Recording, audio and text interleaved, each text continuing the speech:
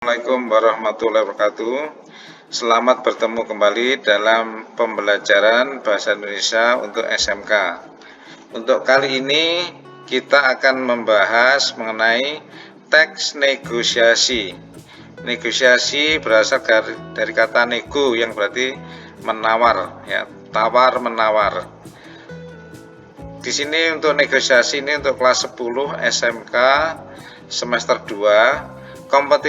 Kompetensi dasar yang dibahas mengenai 3.11 yaitu mengevaluasi isi, struktur, orientasi, pengajuan, penawaran, dan persetujuan. Untuk kebahasaan teks negosiasi berkaitan dengan bidang pekerjaan. Pengertian dari negosiasi itu dilakukan oleh semua manusia yang berinteraksi dengan manusia lainnya, mulai dari anak kecil sampai orang dewasa, dari kalangan bawah sampai kalangan atas, dengan tujuan untuk mencapai kesepakatan kedua belah pihak yang saling menguntungkan. Jadi pengertiannya negosiasi itu harus saling menguntungkan, jadi interaksi antara kedua belah pihak yang saling menguntungkan.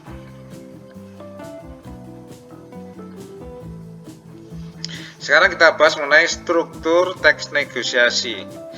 Yang dimaksud dengan struktur itu urutan. Jadi urutan dalam negosiasi.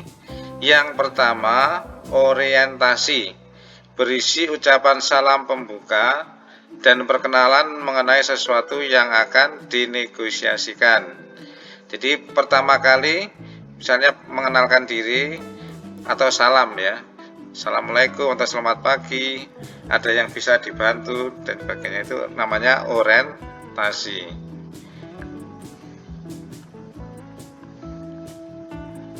Yang kedua, pengajuan.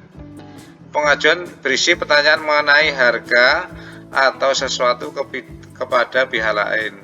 Misalnya dalam suatu jual beli, pembeli bertanya mengenai suatu barang yang diinginkan. Ini harganya berapa? Itu namanya pengajuan dalam jual beli. Yang ketiga, penawaran.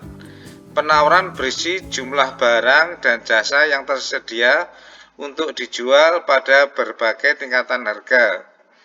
Misalnya di suatu toko elektronik, penjual menjual harga misalnya televisi dengan harga 1.800.000. Lalu pembeli bisa menawar dengan harga di bawahnya, misalnya 1.500.000.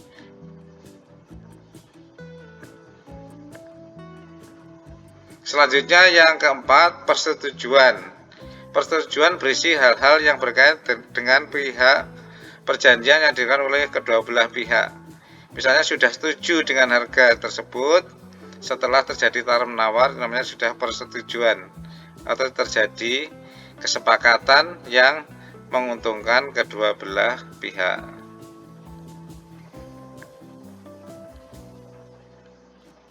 Sekarang yang mengenai kaidah kebahasaan dalam teks negosiasi.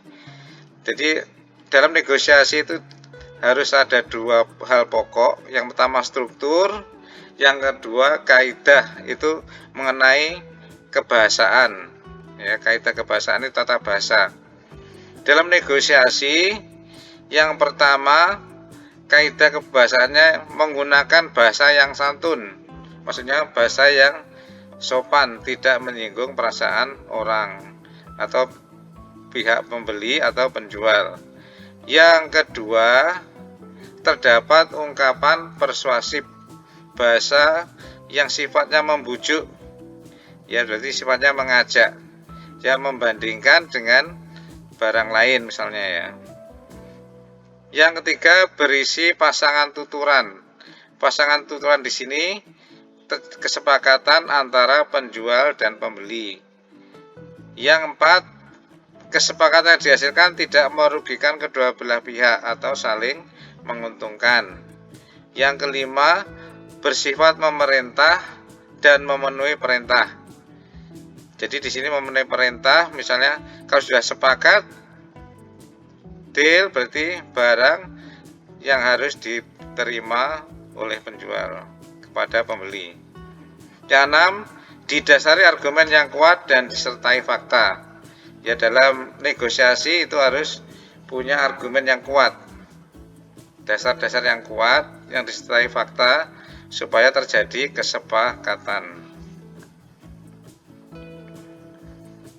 Terima kasih sampai di sini.